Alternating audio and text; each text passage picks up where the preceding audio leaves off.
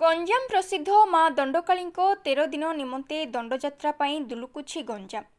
April 2 तारिख गुरुवार दिन माँ दंडकाली 13 दिन निमंते दंडयात्रा आरंभ हो जाइछि। एही अवसर में माँ दंडकाली 13 दिन निमंते भक्त मानक दुआर दुआर बुली भ्रमण करने सहित एथिरे बहुत दंडुआ मानक द्वारा दंडनाच संपन्न होइथाय। एही दंडयात्रा चैत्र मासरे अनुष्ठित होइथाय। एही दंडनाचरे माँ काली पूजा पाइथांती। तेर भुक्ता पाट भुक्ता इत्यादि किछि सेवायत तथा दंडुआ एही दंडनाचକୁ संपूर्ण भावे तुलाई थांती। माँ दंडकाली एही दंडयात्रा उपलक्षे विभिन्न प्रकार सांस्कृतिक कार्यक्रम मध्य अनुष्ठित होइथाय। एही दंडयात्रा समय गंजाम जिला चलचंचल होई पड़े। गंजाम जिलार समस्त जनसाधारणक मनरे मध्य आनंद उल्लासर लहरी खेली जाइथाय।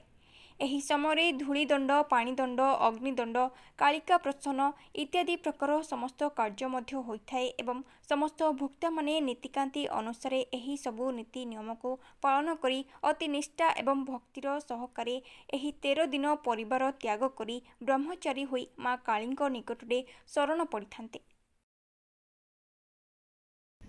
मो ना पंडित डॉक्टर गंगाधर मिश्र।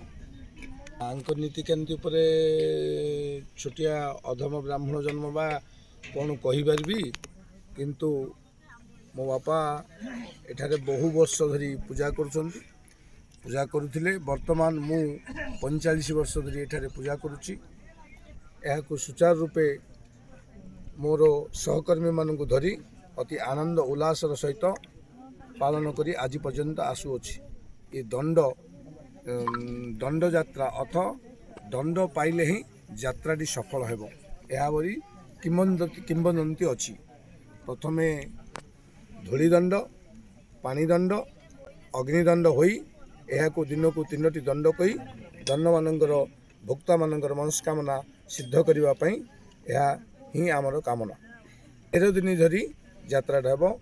मेरु संक्रांति दिन उद्यापन यही यात्राटी हम। तापर शिवं को मंदिर रे छड़ा जीव माँ कालींकर मंदिर प्रवेश हम।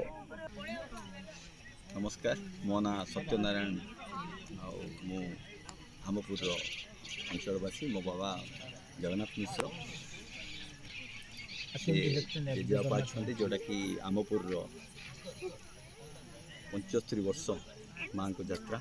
एटा तो गंजामर गोटे अपूर्व गौरवर पर्व जोटा कि आज माँ दांडे दांडे दंड नाचरे प्रसिद्ध होकर अच्छा बाहर तो मो जेजेबापा जी थे कि जगन्नाथ मिश्र सी करकमल यही गाँव में माँ को प्रतिष्ठा होता।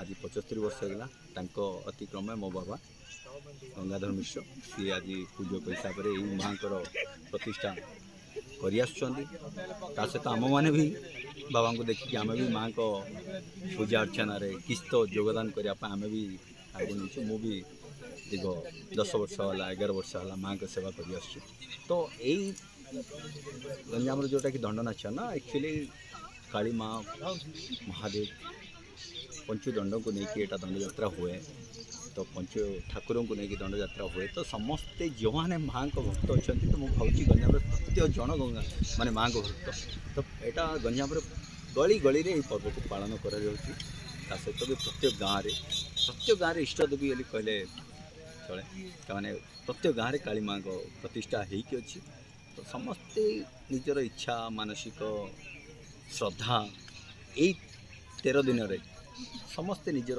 श्रद्धा सहित माँ को पूजा अर्चना करते। तो मुझे भावुची ये यात्रा विगत वर्ष जहाँ भी थी गंजाम किंतु आज भावुची भारत प्रसिद्ध हो सारे क्या मैंने कण अनुकण जानी सारे माँ को दंडकाली यात्रा। मोर बहुत सांग मैंने जोटा कि बाहर अच्छा ओडिशा बाहर अच्छा से मैंने भी आसुँचे नहीं 13 दिन केमती माँ को यात्रा टी देखापी तो बहुत माने खुशी लगुच माँ को परिचय आज भारत वर्ष रे यही दंड यात्रा रूप में प्रसिद्ध हो सारी। तो मो भावी यही यात्रा समस्ते करती बहुत खुशी आनंद करती तो मो भावी समस्त को यहाँ भल लगे। आम माँ जोटा कि आमपुर जो अच्छा प्रतिष्ठाता बहुत अधिक पाखापाखि 500 भुक्ता एठी गोटे गाँव में समस्ते बाहरती माँ को यात्रा करने। माँ को महिमा अपूर्व तांकर महिमा किसी तुलना करा जाएनी। ମାନେ ଯଦି ଦେଖ ଯଦି ଆଜି ସବୁ 500 ଜଣ ଯଦି ଭକ୍ତ ଆସୁଛନ୍ତି 500 କ'ଣ ଓଡ଼ିଶାରେ ଯଦି ଗଞ୍ଜାମରେ ଦେଖିବା କି ଓଡ଼ିଶାରେ ଏବେ ସବୁ ନୟାଗଡ଼ କେତେ କନ୍ଧମାଳ ଡିଷ୍ଟ୍ରିକ୍ଟରେ ବି ଷ୍ଟାର୍ଟ କରିସାରିଲେଣି ତ ତାଙ୍କର ମହିମା ବହୁତ ବଡ଼ ତାଙ୍କ ମହିମା ଅପୂର୍ବ ତାଙ୍କ ମହିମା ପାଇଁ ଆଉ କିଏ ବାଛିବା କୌଣସି ପଚାରିବା ତ ସେଇଟା ନିଜର ମୂର୍ଖାମି ବୋଲି କ'ଣ କାହିଁକି ମାଆଙ୍କ ମହିମା ବହୁତ କିଛି ତ ଦେଖ ମାନେ ବହୁତ ଜଣ ଅଛନ୍ତି ଯେଉଁଟାକି ଆଜି ଦିନରେ ଟିକେ ଖରାରେ ବାହାରିବା ପାଇଁ କଷ୍ଟ କିନ୍ତୁ ତାଙ୍କ ମହିମାରେ ଆଜି ପ୍ରତ୍ୟେକ ଦିନରେ ଖରାରେ ତାଙ୍କର ପୂଜା ଅର୍ଚ୍ଚନା ହୁଏ ବାହାରେ ପୂଜା ଅର୍ଚ୍ଚନା କୌଣସି ଘରର ତାଙ୍କର କିଛି ଅଛି ଯେଉଁଟାକି ବାହାରେ ହିଁ ରହିବାର ଅଛି ତ ଚୈତ୍ର ମାସର ଖରା ଆପଣ ସବୁ ଜାଣିଛନ୍ତି ଚୈତ୍ର ବୈଶାଖ ଖରାରେ ତ ସେଇ ଖରା ଯଦି ମାଆଙ୍କର କରୁଣାମୟ ନଥାନ୍ତା ଆଜି ଏତେ ଲୋକ ତାଙ୍କ ଯାତ୍ରା କରିପାରିନଥାନ୍ତେ।